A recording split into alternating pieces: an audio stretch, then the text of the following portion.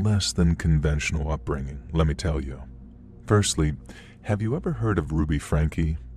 So she was a YouTuber, although not like you, I hope. I'm sure most people know her. She ran that 8 Passengers channel and was eventually sent to prison for some fairly serious child neglect, along with some woman that she was shacked up with. And they claim to be Mormons, but to my knowledge there's nothing in the teachings of Mormonism and the Latter-day Saints that tells people to be that obscenely cruel to their offspring. Obviously, I'm not one of the 8 Passengers kids, but when that story first came out, I followed it with utter horror. At times I was shaking on the floor, actually in tears, and even my hubby couldn't console me. Only a cuddle from my beautiful 10-year-old daughter could snap me back to reality. I'm a mom myself, and I cannot imagine in any universe treating my beloved daughter like that. The Ruby Frankie story didn't disturb me just because it was horrible, though. It disturbed me because it reminded me deeply of my own childhood. When I finally escaped that hell at 18, I always kind of assumed that I had a unique, one-of-a-kind abusive upbringing, but seeing the 8 Passengers story made me wonder how many other families like that are out there. Families who, for whatever reason, become their own kind of cults. People don't realize that dangerous cults are far more than just weird hippies wearing robes and killing actresses, or moving to Guyana and drinking the Kool-Aid. There are cults of personalities, MLMs, that are kind of cults, and there are social and political movements, some of which start off with the best of intentions even. But cult behavior is always cult behavior, and the more people get wrapped up in their own cults, the more they start to believe their own bullcrap. And this is what I can only imagine happened to my parents. By the time I was born, the parental group of my family consisted of Mother Cora, stepfather Jacko, Auntie Brady, and her partner Uncle Eric. And then there was Mama Charlene, who wasn't related to us by blood, but was the matriarch of our family unit. Now, I was the oldest of the 4 kids. We were all instructed to call each other siblings. It was Brother John, Sister Sabrina, Brother Roger, and me, Sister Krista. Now, if it sounds weird the way that I've written these names, that's because it was. This is how we had to address each other from as young as I could remember. If we slipped up and missed the prefix, we would be punished. For example, one day I was playing with Sister Sabrina and I called her Sabrina. Auntie Brady overheard this, dragged me from the room, and smacked my palms with one of those beach sticks that the adults always keep on hand for regular punishments. And there were so many rules like this, and as a little kid who grew up with them, I didn't really question them. According to Mama Charlene, who we were to regard as an almost holy figure, these things were the decrees of our Lord. If we did anything that went against the decrees of the Lord, we would be punished. I do not remember what all the decrees were, but only because years of therapy and distance has allowed me to tune them out. Every day, we would begin our morning by reading through the 4 pages of decrees that we had to follow. We were not allowed to leave our rooms until we'd finished reading them, not even to use the bathroom. Of course, when some of us were really little, this led to accidents, and that broke one of the decrees. And here are the ones that I can remember. Don't dirty yourself. Address the family appropriately. Thank the Lord upon waking, even if just from a nap. Thank the Lord before and after meals. Do not take the Lord's name in vain. And then there was some of the more bizarre ones. We weren't allowed to eat any food that was orange because orange was a sign that it came from the devil. One time, Brother Roger asked why this was, and Mama Charlene caned him for questioning the word of the Lord, and then explained that the devil's flesh is orange. Brother Roger said that he thought the devil was red, and Mama Charlene explained that when you cut a red devil, they're orange on the inside. And so from then on, we unflinchingly understood that carrots, oranges, butternut squash, and similar stuff were just evil. Never orange candy, though. We weren't allowed candy, as tooth decay came from the devil too. And fire was evil too, because that was orange, so we weren't allowed to just look at fire. The adults cooked, and us kids had to do things like peel the vegetables, butter the bread, and tend the vegetable garden. And we had the last task because the shed was in the garden. The shed was where we'd get sent if we misbehaved too badly. The longest I ever spent in the shed was 3 days. Brother John was once sent for over 2 weeks. If we were locked in the shed, You were able to use the toilet in the bucket, which one of the other kids would just empty every 2 days. You were brought 1 pitcher of water a day and 3 slices of dry bread. When one of us had to enter the shed to bring food to our sibling, or empty that bucket, the punished child had to stand in the corner facing the wall. If they turned and looked at us, we were to report them to Stepfather Jacko specifically. We were all far too afraid of Stepfather Jacko not to tell on our siblings. The strangest part about this is that I never once remember Stepfather Jacko actually punishing us. We were just for some reason incredibly afraid of him. It was just drummed into us from a very early age that we were not to feel love for our siblings. Even though we weren't all related by blood, we were all siblings in the eyes of the Lord, and thus feeling any love for each other was unnatural and unholy. The same went for the adults. They would remind us every day that they did not love us, and we should not love them in turn. The only person that we could love was the Lord. The one exception was on Mama Charlene's birthday. One day, we had to bow in front of her and tell her that for this one day only, our love was hers. And the reason for this was never really explained to us. Our house had various bookshelves, but we were never allowed to read them. All the spines had been covered up except for the Bibles. However, despite claims that we served and loved the Lord, we were never taught anything directly from the Bible. We knew nothing of Jesus, and in fact, I never even heard the name of the Son of God until I escaped that family. And we were taught to read, but we were taught from books that had been written by Mama Charlene in her very spidery handwriting. They were all books about the family, about Mother Cora, Stepfather Jacko, Auntie Brady, and Uncle Eric. Mama Charlene herself was never in the books. They were mostly tales of our family's adventures before the Lord burdened them with us children. The books referred to us as the albatrosses, a reference that I didn't get until many years later. Read the Rime of the Ancient Mariner if it's not familiar. In the books, Mother Cora, Stepfather Jacko, Auntie Brady, and Uncle Eric had fun and wild adventures. They went exploring mountains, they visited these fairs, and they went fishing on lakes. They even solved mysteries. They had a pet and something that the books called a wuffalump. I'm not even joking. And I later found out that all but one of the books were just abridged versions of the famous 5 books rewritten by Mama Charlene to just peddle her insanity. And the book that used to scare me the most was the first book. Stepfather Jacko wasn't in that book, and instead there was a man called Daddy Cobbleton. Now Daddy Cobbleton was a wicked man who tried to lead the others astray. He guided them into hell itself, where he peeled his skin to reveal the orange demon beneath. And there he did unspeakable things to Mother Cora, until Auntie Brady and Uncle Eric cast him into a fiery pit. At the end of the book, Mother Cora gave birth to me, Sister Krista, and the Lord sent Stepfather Jacko to the family. But then Daddy Cobbleton returned 3 more times, impregnating Mother Cora again and Auntie Brady twice, and each time they saw him off with weapons. And then Mama Charlene was sent by the Lord to protect us. And that's what the book said. And as I grew older and began to observe the reality of how the world worked, I started to realize that orange demons didn't exist. My siblings weren't hellspawn. The world that we lived in was very, very abnormal. Our house was very remote in the middle of nowhere, but occasionally we'd be visited by traveling salesmen, or families in cars would just drive past, and they just simply did not live like us. They wore fancy, wonderful clothes, not the basic sheets that we wore. The children had hair, not the shaved heads like we had. And none of us were allowed bedrooms. Up until I turned 18, the 4 siblings slept on mattresses in 4 corners of a room. Lines were drawn dividing the room into 4. If one of us entered into another sibling's quadrant after 8 p.m., we would be punished. And the punishment usually involved having our hands whipped or spending time in the shed. But there were other things too.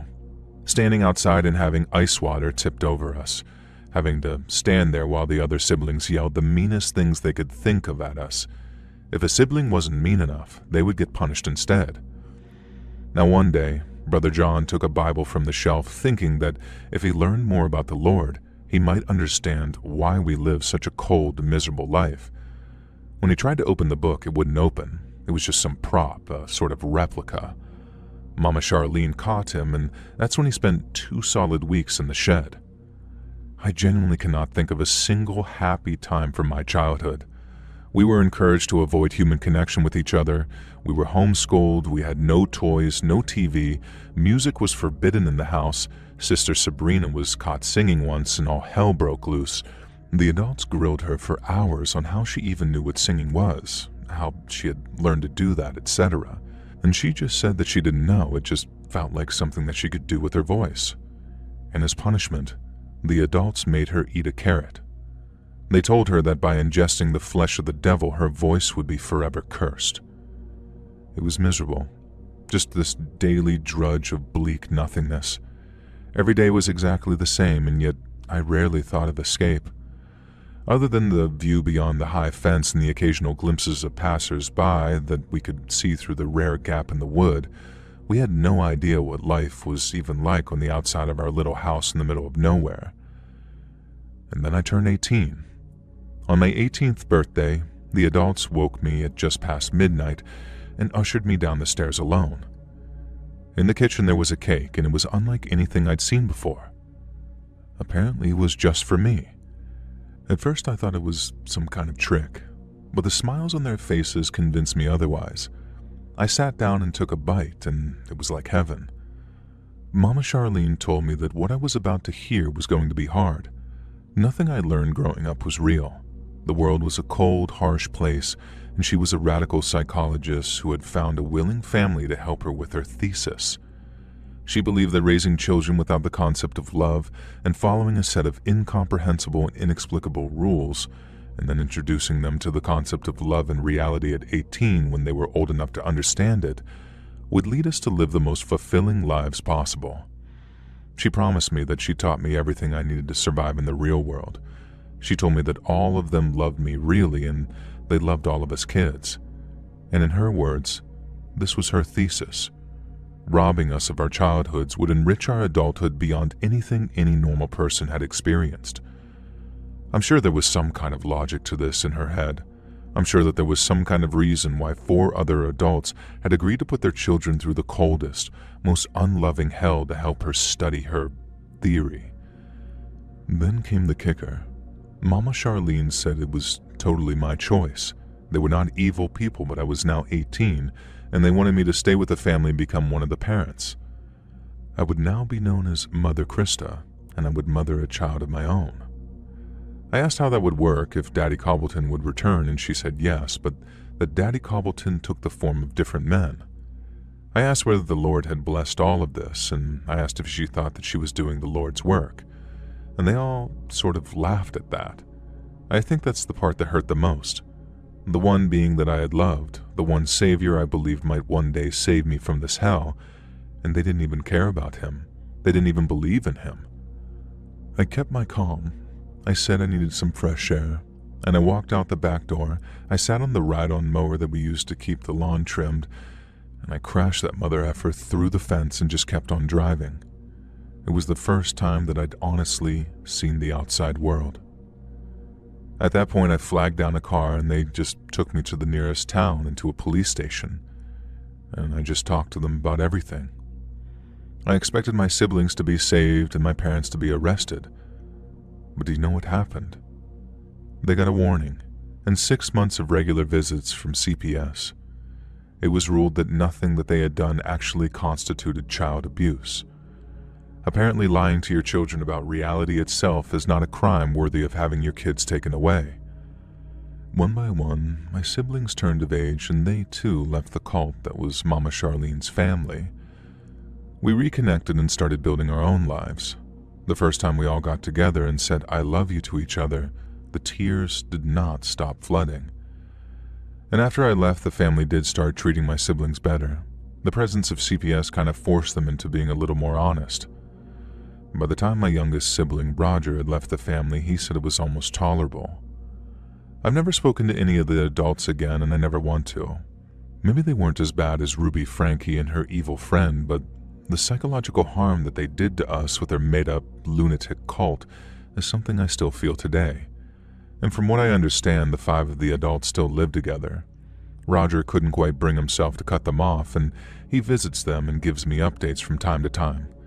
Apparently, Mama Charlene is suffering from aseptic necrosis. One of the pills that she has to take for it, a sort of type of ibuprofen, is orange.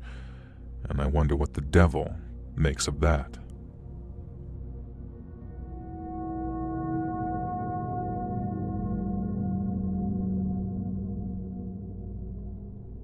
So this is my dad's story, but he's giving me permission to share it with you after I got him to listen to a few episodes of the Let's Read podcast on a cross-country trip that we took recently. So we hail from Tennessee. We've always been a Christian family. Mom and Dad raised me with a strong faith in God, and I've raised my kids the same way. Now, I won't turn this into a love-in, but my faith has given me strength in life more times than I can count. The scariest and weirdest thing that's ever happened to my dad revolved around a church and a preacher, though. Growing up, Dad's local church left a lot to be desired. He lived in a small backwater town with a small backwater church, and while the town folk were plenty of God-fearing people, they didn't hold the local preacher in quite such high regard as they held our Lord and Savior. Dad can't even remember the old fogey's name, so we'll just call him Pastor Bake. Yeah, I know. Now, Pastor Bake was a pretty old fella in fairness, but old beyond his years, too. That's because he liked a bit of the sauce, you know what I mean? The local kids joke that he dipped into the communion wine, and Dad says that was pretty much true. One time, allegedly, he was so drunk during a sermon that he briefly fell asleep at the pulpit before snapping awake. He was a harmless guy, you couldn't say otherwise, but he hardly inspired passion and confidence in people. Especially not in 1970 when the Vietnam War was still in full swing, people were losing loved ones, and the state of the world was terrifying and people wanted faith more than ever. It was kind of difficult to go to church on a Sunday morning and listen to Pastor Bake slurring his way through his latest sermon about some dry topic that barely had any relevance to the modern America. It was no wonder that attendance dropped until they'd be lucky to have 20 parishioners in attendance on any given Sunday. And then, the circus came to town. And I don't mean an actual circus, of course, although Dad does have some pretty cool tales to tell about a traveling circus that passed through one time. But no, this circus had a tent and a ringmaster, but there were no clowns or elephants in sight. It was one of those pop-up tent revival churches. It had a portable organ with a young and hip organ player, and it had a choir who would raise the proverbial roof. And most importantly, it had Pastor Trent. And if you've ever seen any movie or TV show that has a charismatic, larger-than-life pastor who throws himself around the stage, evangelizing the Word of God with enthusiastic abandon, then according to Dad, you've only seen half of what Pastor Trent had to offer. He was everything that Pastor Bake wasn't. Young, energetic, stylishly dressed, dripping with faith in the Lord, and most importantly, sober. The way Dad describes him, you'd almost picture Jesus himself. He had long hair that flew wildly as he gesticulated in his passionate sermons. He never claimed to be a faith healer, but he'd lay hands on the sick and elderly and they would swear that they felt better. Dad says that Mr. Rockford, whose hands had been crippled by arthritis, was able to reopen his store for another 3 years after Pastor Trent shook hands with him. Now, you might think Pastor Bake would have a problem with Trent setting up his tent revival in the nearby field, but even though attendance dropped to 4, including the organist, he seemed to appreciate the break, according to Grandpa's friend Steve, who still attended. Everyone else, though, was completely won over by Pastor Trent, and from the way Dad tells it, who could blame them? Now, bear in mind, Dad was a 16-year-old boy at this time, and even the most well-behaved Christian teen has other things on their mind than going to church all the time. But at least the way he remembers it, Dad would actively get excited about going to the tent revival each week. And then, one Sunday, something weird happened. Pastor Trent was doing his usual energetic routine, talking about how God loves us, how he's watching over the soldiers overseas and his soldiers in our country. And then Trent gets very quiet. Just full silence falls over the tent. Dad swears blind on his life that it felt like the heat in that place started creeping up and up and up. I mean, sure, it was summer, and they were in this big canvas tent and it was standing room only, but it had never been that unbearably hot before. You could see people starting to sweat. Old Mrs. Crabjoy even wobbled against her son-in-law and looked like she might actually faint. Pastor Trent froze at the front. He gripped the sides of the platform and looked up, and to the left, it was almost like he was listening to somebody that nobody else could hear. Dad says that you could have heard a pin drop. Nobody wanted to break the silence. Nobody even coughed. And then Pastor Trent clapped his hands together, making half the congregation jump. He started to say something and then stopped, like the words caught in his esophagus. He clears his throat and started again. "It's time for the church to move on," he said, and these murmurs ran through the crowd, and this Pastor Trent waved his hands to settle everyone down and then announced that next week would be the final service before they moved on from the town. Of course, everyone was devastated and nobody knew why. Trent and his choir ushered everyone from the tent and they were barely speaking, and for the next week, the town was just awash with gossip. What had happened? Why had the pastor frozen mid-sermon like that? Had he been listening to the voice of God? Now remember, this was 1970, so there were no Bluetooth earpieces or anything like that. Everyone was poised for the final service next Sunday. Maybe there would be answers. In the meantime, Pastor Bake was on the decline. On the Wednesday, he was found stumbling around the town square at night, 3 sheets to the wind, rambling about how the devil was here to take us all away from him. And the sheriff had to lock the poor old guy up in some drunk tank and try to get some sense out of him. And now the sheriff was Grandpa's old pal, so Dad, hearing this from Grandpa secondhand, apparently the sheriff flat out asked Bake if he was talking about Pastor Trent, if Trent was the devil come to take us away. Pastor Bake said no, it wasn't Trent. Trent was a man of God. The townsfolk arrived at the tent that Sunday, at least most of them did, and the tent was still there. Pastor Trent was not, though. The whole place had been cleared out. The pews were all tossed around and knocked over. The pulpit had been smashed, but the electric organ was gone and so was the generator. So were the trailers that the pastor and his crew had stayed in. They'd left early and clearly in a hurry. And then someone named Jerry Charlton came running up. Had anyone seen his wife, he asked. He thought that she'd left for church before him, but he couldn't see her in the crowd. She was pregnant with his kid, so where else could she be? And then a few other parishioners showed up. The school mistress, her husband was missing. He was a meek, timid man who everyone joked had married a battle axe. And as the day went on, it came to pass that 12 people had disappeared along with Pastor Trent and his choir. Most of them were people who had been in unhappy relationships. One of them was an 18-year-old girl who, rumor had it, was being abused by her stepdad. One of the 2 of the missing had no scandalous gossip surrounding them, but like Dad said, you just never know. It soon became the popular explanation that somehow all these people would run away with Pastor Trent and his church. And then talk extended to Pastor Trent himself. The Manson family had recently dominated the news, obviously, with their murder of Sharon Tate. Was Pastor Trent even really a pastor? Or was he some kind of cult leader like Charlie who lured vulnerable people away with false pretenses? A lot of this gossip occurred in the most natural meeting place for the whole town, church. Pastor Bake was back on his feet by this time, and it seemed like his time in the drunk tank had scared him a little straight. And when he overheard the talk about Pastor Trent, it was like the old fiery Pastor Bake of yore had returned. How dare people say this about a man like Pastor Trent? Trent was one of God's soldiers.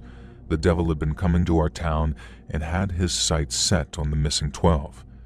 And like an angelic Pied Piper, Pastor Trent had led them to Heaven's Gate.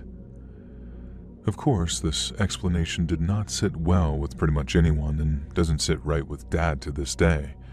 I mean, that could mean anything, couldn't it? Were these people victims of abuse who Trent helped save? Is that what Pastor Bake believed in regards to the devil coming for them? And what did he mean by leading them to Heaven's Gate? There is an addendum to this weird and unusual tale, though. Everyone who disappeared was a grown adult, and there was no evidence of foul play. Given the volume of people who disappeared and the testimonies that they all had troubled family lives, the cops weren't prepared to treat any of it as a missing persons case. But Jerry Charlton wouldn't leave it at that, and he scoured the damn country looking for Pastor Trent and his tent revival church. Every time he returned home, he had absolute murder in his eyes, vowing that whenever he found Trent, he would demand answers about his wife and then send the man to the Lord himself.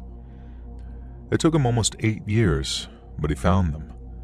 None of the missing people were present at the tent revival, but not only that, Jerry Charlton refused to talk about what transpired when he finally met Pastor Trent again.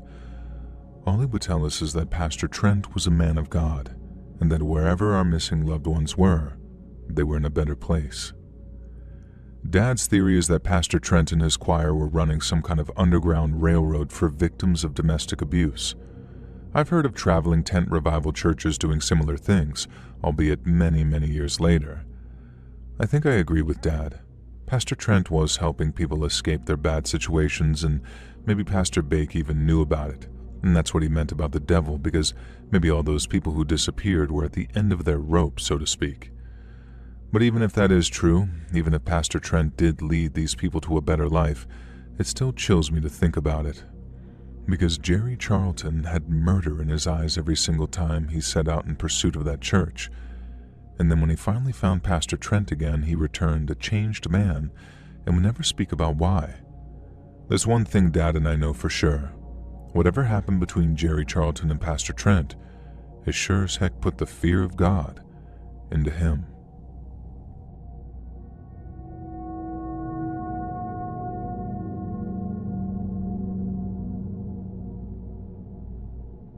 So the absolute weirdest crap happened to my grandpa a few years ago.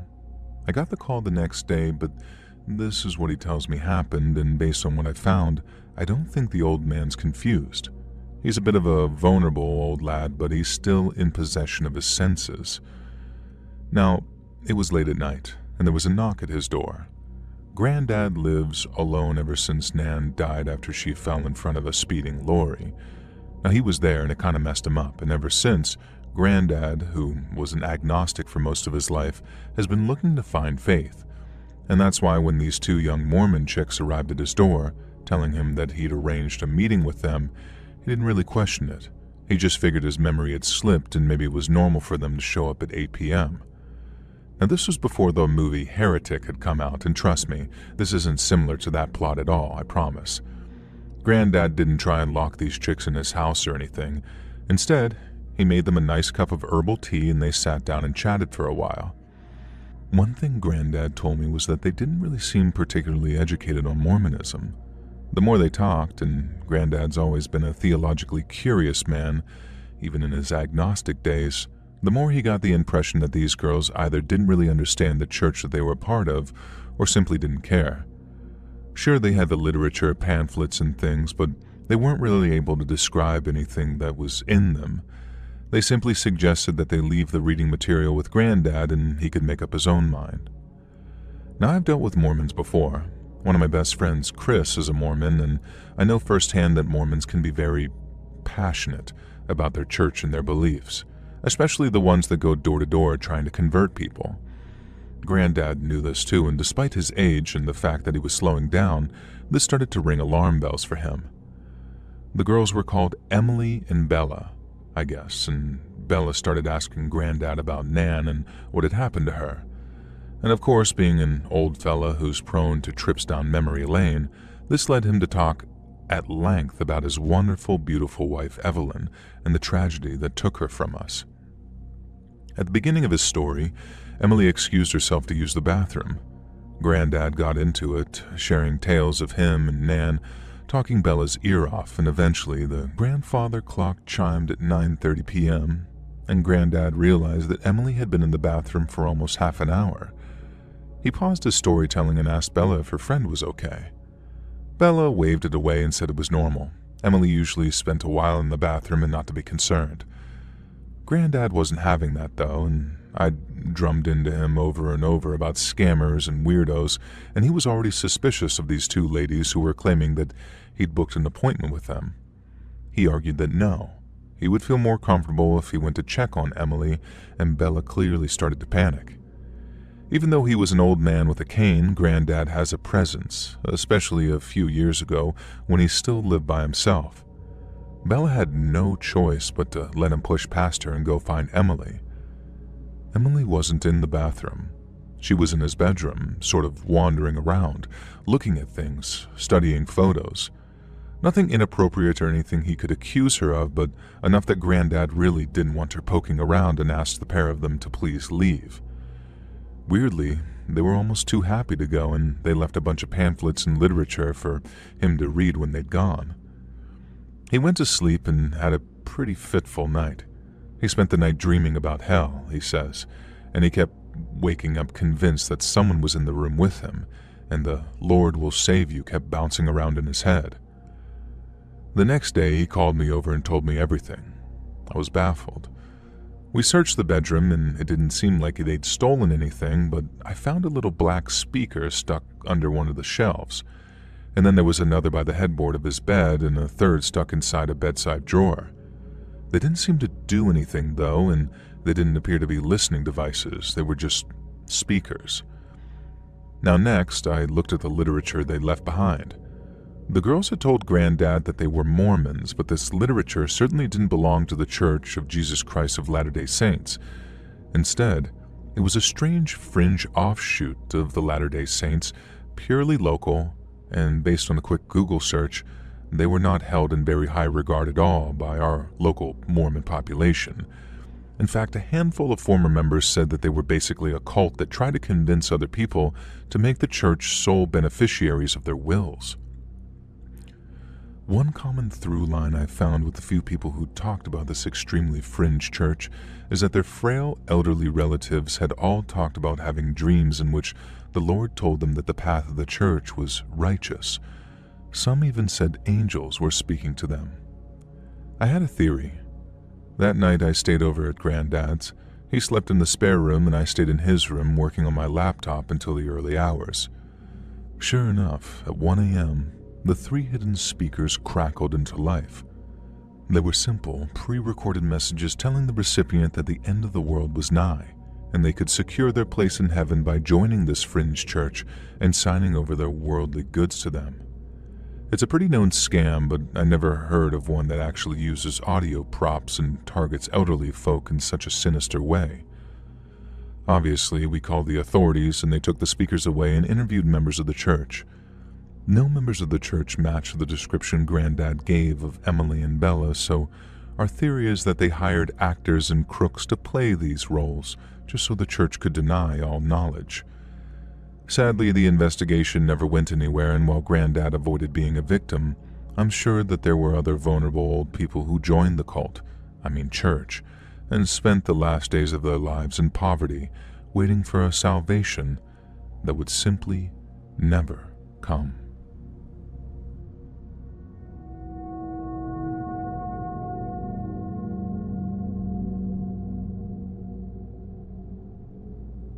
So I've been a listener for a couple of years, and it was my kids who got me into you. They know that I'm a big true crime and weirdness buff and sent me one of your Appalachian videos. And from that day I was hooked.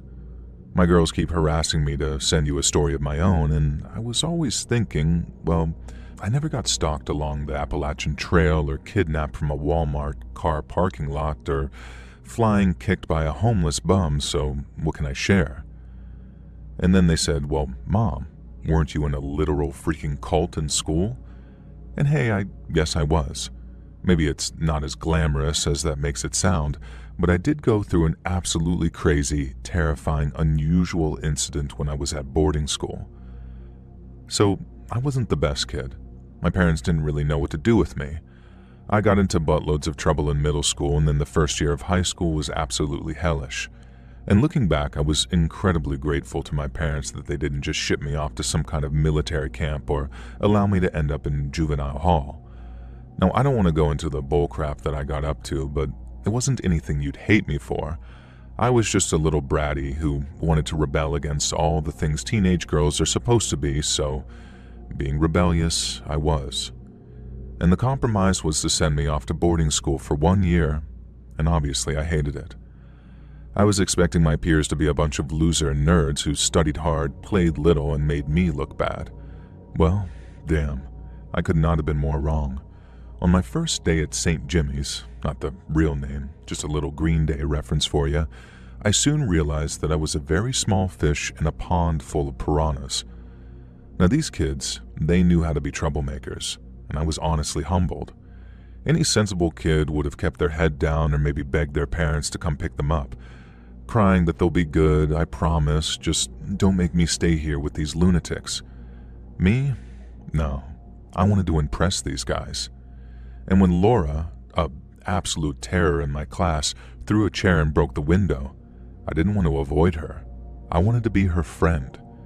And when Brianna smuggled a townie boy into our dorm and, well, pretty much effed him, I didn't want to turn a blind eye to that. I wanted to help her cover it up. And when Chantel wanted to slash the tires of our math teacher's car for giving her a deserved bad grade, I wanted to make sure that she actually got away with it. I was desperate to please these girls and desperate to be their friends, and they barely even noticed me. Only one of them did, my only real friend at the time, Noelle. One day I confessed to her that the others were almost like a cult. I said that there was something about them that just commanded loyalty and admiration, and it reminded me of all the cult things that I'd read about. I've been kind of obsessed with it, in fact. Noelle looked at me very funny and said, "You know why that is, yeah?" And I didn't, so I asked her. And that's when she told me. They were a cult, and they even worshipped a certain god older than time that she daren't name even. And if I promised not to tell anyone about it, anyone at all, she'd get me into their next meeting. Now, I didn't believe in ancient gods and all that kind of stuff, of course, but I did believe in the power of human persuasion and hysteria, and even as a teen I was fascinated by it. I was fascinated by the way people manipulate others and the concept of sociopathy and narcissism and peer pressure. I was also the biggest stan of The Craft, a movie that my parents swore was the reason that I'd gone all wayward. Now, it wasn't, but I did still love it. So how could I turn down the opportunity to join these girls and try to get an insight into what could be the very beginning of an honest-to-God cult? So I nervously followed Noelle out of our dorm in the middle of the night and avoided the night monitor. And then we snuck barefoot across the grass to the old caretaker shed, which somehow Laura had the key for. I stepped inside to this sort of mix of incense, candle wax, and underneath all that, the obvious smell of weed. The other three girls were handing out a joint, giggling, and they were sitting around a book that sat open in the center of the shed with 2 spaces for me and Noelle. Now, long story short, the girls told me that they were acolytes of a demonic presence called Anti-God, and they called themselves the Sisters of Sleep. Now, if this sounds familiar to you already, bear with me because, yeah, the thing you're thinking of is exactly where they got it from. I hope it's not a spoiler at this point to reveal that it wasn't really an apocalypse cult, and we weren't really serving any type of anti-god. Noelle and I sat around the circle and they rambled on about the Sisters of Sleep and how we had to do what anti-god commanded us to. The first task was that I had to cut my hand and drip my blood onto the sacred text that lay in front of us. They said the book took different forms of whoever looked at it, and the book that we saw before us would shape our future. Now for me, it was a copy of Jane Eyre, and now to this day I've never read Jane Eyre, and so I actually cut my hand and bled onto what I'm sure was the school library book of this Jane Eyre, and then Chantel made a big display of throwing her head back and rolling her eyes back into her head. The anti-god was speaking through her and telling her the task that he had for us next. Noelle leaned in and whispered that this was totally normal. Now, of course, I wasn't a complete moron, so I wasn't buying any of this. I knew it was some display the girls were putting on, some kind of play acting. But here's the important thing. They were including me. These cool, edgy, outcast, badass bitches were bringing me into their inner circle. And let me tell you, acceptance and trust is more powerful than any demonic ritual or cursed copy of a Charlotte Bronte novel. The diabolical act that the anti-god wanted the Sisters of Sleep to do next was to key the principal, Dr. Lanahan's car. I wasn't at all surprised when, speaking through Chantel, anti-god decreed that I, the new girl, should be the one to do it. The others wanted to test my loyalty to their group, of course, and hell, I'd done worse things than key the principal's car in my time. What was the worst that could happen? I'd get kicked out of a school that I didn't want to attend anyway? But I didn't get kicked out. I keyed her car that night, accompanied by Noelle, who kept watch, and she told me to write "The Sleeper Awakens" on the door. And I got as far as the sleep before we saw a flashlight beam in the distance and realized that we had to run before the security guard found us. And then the next night, back at the hut, speaking through Laura this time, it decreed that the sleep would be enough, as it showed my devotion to the cause. The next task we had to perform in honor of our ancient god was to graffiti the first-floor bathrooms, and this was our friend Brianna's job. This felt a lot less high stakes than what I'd been asked to do, but again, I was very aware that this was all play acting and they were just testing me. Now, Brianna was told to write "Send me home, bitches" on the bathroom wall, and I thought nothing of this at the time. A bunch of other incidents happened after that: vandalism, theft, pouring soap into the fountain, just a bunch of really, essentially silly pranks. The most dangerous or risky ones always seemed to fall on me, though, as the new girl. And the last prank before everything went to crap was Chantel drawing a wiener on the English class blackboard.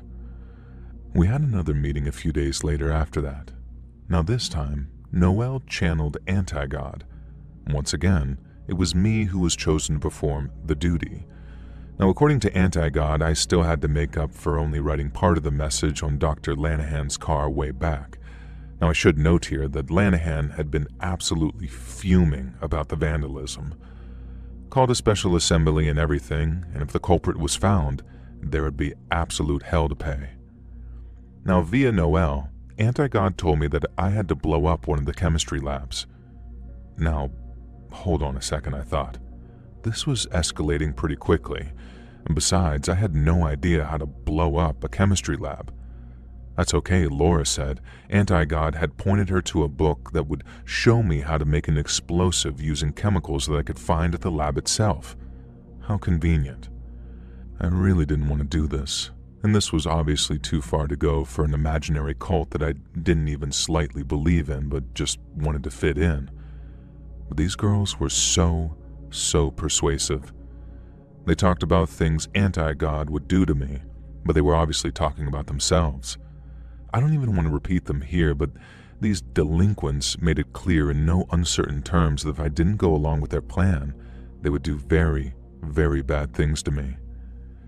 The next day, Noelle took me aside, and she confessed to me that, of course, Anti-God wasn't real, and the whole thing was just some setup. It was, in fact, some crap that they'd gotten from a movie called Prince of Darkness that they'd all watched last Halloween. I still never watched that movie either. It's still on the pile along with Jane Eyre and one other thing that you'll find out later. Now, I told her I knew, but that I really wanted to be friends with these girls. Noelle told me that's how it all started with her, too, and how she was essentially trapped, she felt. If she didn't do what they said, they had blackmail material on her that would not only ruin her, but shame her parents and possibly even land her in jail. Now, we talked for hours that night, and with Noelle's guidance, decided that the only real course of action was to set the explosion in the chem lab. So I did. Obviously, it didn't blow up the whole room or anything, it just caused a fire in the chem lab that did a little bit of damage. Laura had done her homework, and I forget the details, but I was able to set up a chemical reaction that gave me enough time to get quite far away from the classroom before it went off. And with Noelle and the other girls keeping watch for me, there was no chance of me getting found out. So that caused some chaos at the school for a few days. Everyone was focused on who'd blown up the chem lab, why anyone would do this, etc. So focused, in fact, that security was pretty lax when the other girls, without my knowledge, broke into the principal's office. They showed me their spoils at their next meeting. They'd stolen all of their permanent records, and this was their master plan: cause chaos at the school, then steal our own files so any past indiscretions would be wiped from the history. This was the late 90s, so it was before most things were digitized, I guess. Now, nevertheless, I pointed out that this really didn't make any sense. People had memories. Chances are those records were just the principal's own copies, too. Now, I tried to be as nice as possible. I was trying to help. I didn't want to undermine their plan. But wow, these girls did not like being contradicted. Who was I to disagree with their master plan of the anti-god? Was I some kind of heretic? And this led to just some absolute fight where I told them that I knew that the anti-god was just some BS from a movie and the whole thing was just some big joke. Now, they didn't deny this. In fact, they just laughed at me. They told me I was the one who didn't understand. Of course, there was no anti-god, no blood rituals, nothing like that. They knew Noelle had told me everything because they'd known all along that I never believed it. And that was why it was so funny to them. Because I still did all those things.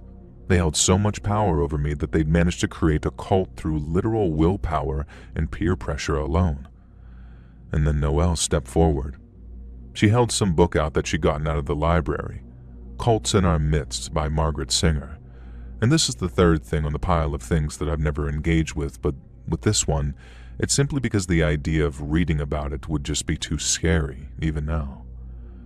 Noelle then goes into a speech about how she'd read the book, and how she and Laura had to make a bet that people weren't that easily influenced and couldn't be so easily bullied into self-destructive behavior that went against their best interests just to fit into a cult-like group. Noelle had been the one to insist they could. This whole cruel experiment had been Noelle's. The one person that I thought was actually my friend, the one person at that damn school that I trusted. The whole time I was just her plaything to prove that some human beings are weak and mindless enough to be influenced into cult-like behavior for literally nothing other than boredom. And I was chilled to my core. What was their end goal? They'd pointlessly stolen their own permanent records for what reason? And I found out the next day. The principal and some members of staff were waiting for me.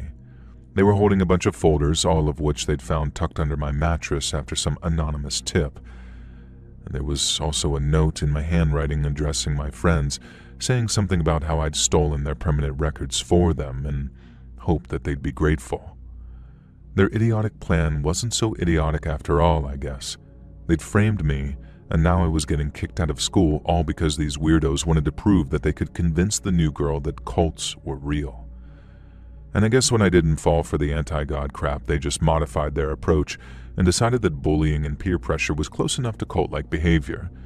And when you think about it, I guess it kinda is. I got kicked out of that school and began the most depressing, bleak period of my life. My parents didn't believe me, of course. They just saw me as the ungrateful brat who'd thrown away my one chance. Thankfully, I was able to enroll in one of the local high schools I hadn't been expelled from. And there, I actually worked my ass off, graduated, and then went to college and eventually did my master's. And no, it didn't have anything to do with cults or criminal psychology. I never want to see another damn wannabe edgy cultist for as long as I live.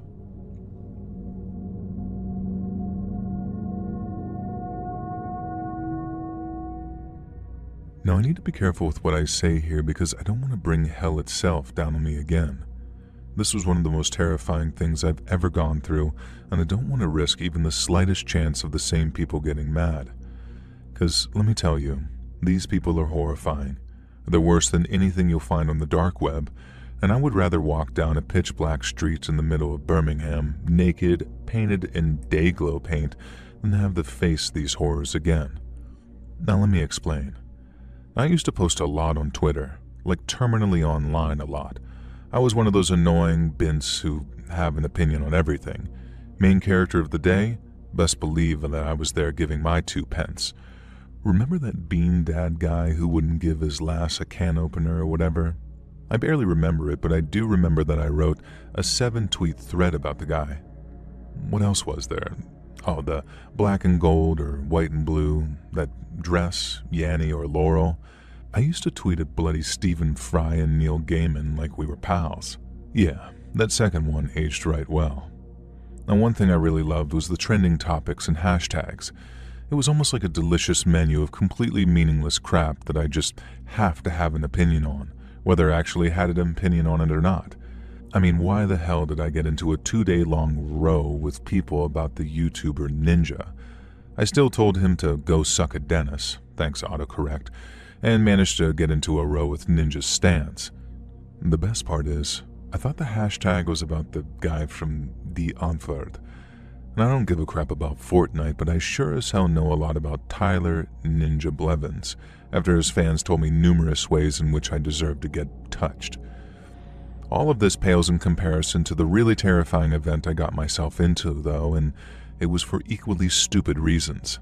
I can't even explain who I'm talking about exactly, but I'll just say this. The hashtag I saw was a color combination I don't like, and it also happens to be a pop band of the K variety. Now the irony is, after this whole incident, I actually listened to them and do love them. I also really love that song by Rose about meeting her at the Apatapate. Hopefully this is now clear enough without me quite saying any keywords that'll get me flagged up on Reddit, or if I'm especially lucky, if you include this in a video. So anyways, what I saw was the hashtag of the band name, and I thought that it meant the color combination, so I posted hashtag band name effing sucks. Then I logged off, thought nothing of it, and went and had dinner with my boyfriend. When I next checked my phone and saw 99 plus notifications from Twitter, I had a sinking feeling. Could people really be that mad that I didn't like the color combination? So before even unlocking my phone, I said to my boyfriend, "Holy crap, I tweeted that I don't like black and pink together and I think people are really mad at me." He looked at me like I just told him that I'd run over a dog, and that's when I knew that I had absolutely effed up and was about to find out. He asked me if I was sure that's what I said, or if I said that I didn't like a very similar sounding band. I said that I didn't really know, and that's when he explained to me what K-pop stands are. Considering what a terminally online dumbass I am, how this escaped me baffles me to this day. We looked at my phone together, and it may have shown 99 plus notifications on my display screen, but in reality, it was well over 1,000 tweets. I can't even repeat some of the things that they told me should happen to me. I was told that I should be peeled apart from various orifices. One person wrote a 10-tweet fan fiction about me choking on centipedes, which they dug up from my profile and found out that I actually had a phobia of. Of course, this also involved a bunch of people sending me photos of said insects, the British and American kind. And you ever seen the first Terrifier movie? One Twitter user sent me a gif of the girl being sawn in half by Art the Clown up the middle. If you've seen it, you know what I mean, and they sent this to me 14 times. Thankfully, my DMs weren't set to public, but that didn't stop a few people I did follow from sending me abuse as well. No friends, of course, but just some folks that I had pleasant interactions with in the past. And the abuse did not stop. In the end, as much as it pained me to do so, I deleted my Twitter altogether. Over 10,000 banger posts completely gone. But of course, then they'd found my Instagram, my Facebook, my poor old mom's Facebook, my LinkedIn, they found the coffee shop where I worked, and that's where a big revelation came from actually. I got called into work and my boss, who was thankfully a good friend of mine, told me to listen to this. Our answering machine was full, and the things these people were saying were vile, terrifying, and threatening, or they would have been if not for the fact that about 80% of the callers were clearly under the age of 14. Yeah, I was being harassed and tormented by literal tweens. Some of them were older, sure, and there was some very camp-sounding Irish guy who went into detail about eating my toes. I asked my boss what she wanted to do. I offered to quit, and she said no freaking way, mostly because it wouldn't help. These people were nutso children and they were going to keep calling whether I actually worked there or not. Instead, she and my boyfriend frog-marched me to the local cop shop and we told them everything. Turns out there's not a lot that the cops can do when you're being harassed by feral kids. The sheer volume of weirdos harassing me had to mean that it was being organized from somewhere, but trying to pinpoint where was absolutely impossible. Where do K-pop kiddies even go to hang out? Tumblr? I have no idea, and neither did the cops, and there was nothing they could do or would do. Then it died down. The cult of K-pop kiddies decided to leave me alone. What a relief. Scary story over. Let that be a lesson to you. Don't insult a band. At least I came out of it unscathed. Just kidding. If you've ever run afoul of bored tween stan culture, you know they don't stop at normal things like death threats and harassment. And just when I thought it was safe to go back to normal, I went downstairs one morning to see something strange sticking through my letterbox. I got closer, wondering what the hell it was. Someone had shoved a dead pigeon halfway through my letterbox. It had gotten stuck, but not before, well, the viscera had squished out of its beak. And judging from the state of decomposition, I'm pretty sure that the pigeon had been dead for a while, so at least I don't have its death on my conscience. I tried to convince myself that it was just some coincidence. Some other random lunatic had shoved a dead pigeon through my door. But no, of course not. When I extricated the cadaver from its resting place, I found a black and pink ribbon tied around its neck. There was no question, and surely this wasn't some little kid. Of course, we told the cops, who dusted for fingerprints and all that kind of stuff. I don't know if they actually dusted the letterbox or the dead pigeon or what, but unsurprisingly, they found nothing. And that same day, my boyfriend got a Ring doorbell, and I guess that scared them off because nothing else happened at our home. Unfortunately, this wasn't the end, though. One day, I was on the other side of town picking up some supplies from the coffee shop that I worked at as an assistant manager. I'd parked down a side street and gone in to see our supplier, who hooked us up with a particular brand of imported coffee that no one else in town had. And as such, we had a kind of friendly relationship, so I hung out with the guys for half an hour, telling them about the weird crap that I'd been experiencing. When I emerged from the back of their warehouse in this absolutely nowhere side street that nobody ever went down, my car had been spray painted. Now I'm sure you can guess the two colors that adorned my little Honda Accord. "The cult remembers," is what it said on the windscreen. I called the cops again, and holy heck, not only was there a security camera in the alley, but it was working too. This time, the K-pop cult member wasn't some tween girl, but was in fact an adult man. I never saw him myself, and the cops handled it all because there was no need for me to be involved. He made no attempt to hide his face, probably because he had no idea that there was a security camera watching him. And I can only imagine how the officers reacted watching a grown man who I'm told was in his early 40s leaping around my car and spray painting pink and black graffiti all over it. Was he dressed in band merch? I wish I knew. It made me think, if lunatic fans like this can behave this terrifyingly towards me, what must it be like for the artists themselves?